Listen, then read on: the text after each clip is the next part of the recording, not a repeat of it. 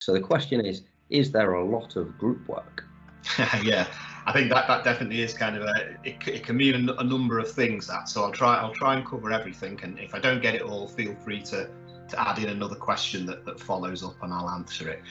So, I mean, the first thing to say is obviously this year for our students has been a very, very different type of year, as it has been for us all. But one of the things that we know of, and again that we've tried really hard in the school to maintain, is that the more students can get together, be that online in a formal way, online in a social sense, offline in the physical sense, social distancing allowing, and hopefully, you know, we're going to move towards being able to get back onto our campuses in much greater numbers in the next couple of weeks.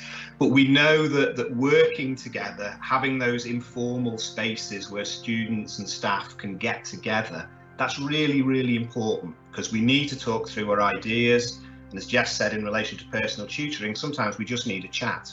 So what we haven't really said is, you know, that sometimes you just want to have a coffee with a lecturer, you just want to have a coffee with a fellow student, and that's also kind of part of that group mentality. So really, the first answer is that we try to facilitate students and staff coming together as much as possible. Now, some of that will be formal, so some of that will be in workshops, and as Jess said, they are small group teaching sessions where often the whole group will be given a task to discuss, debate and work around in a live environment.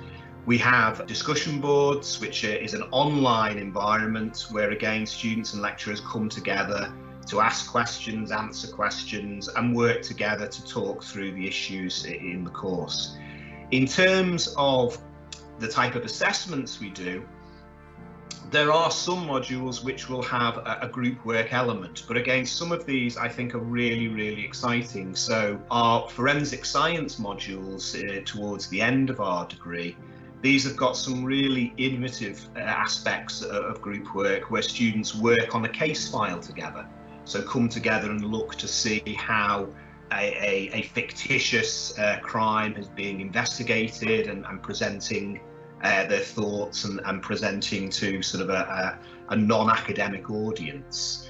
Other modules will have small group projects, and some modules will have no assessed group work at all, and students will just have individual work to undertake.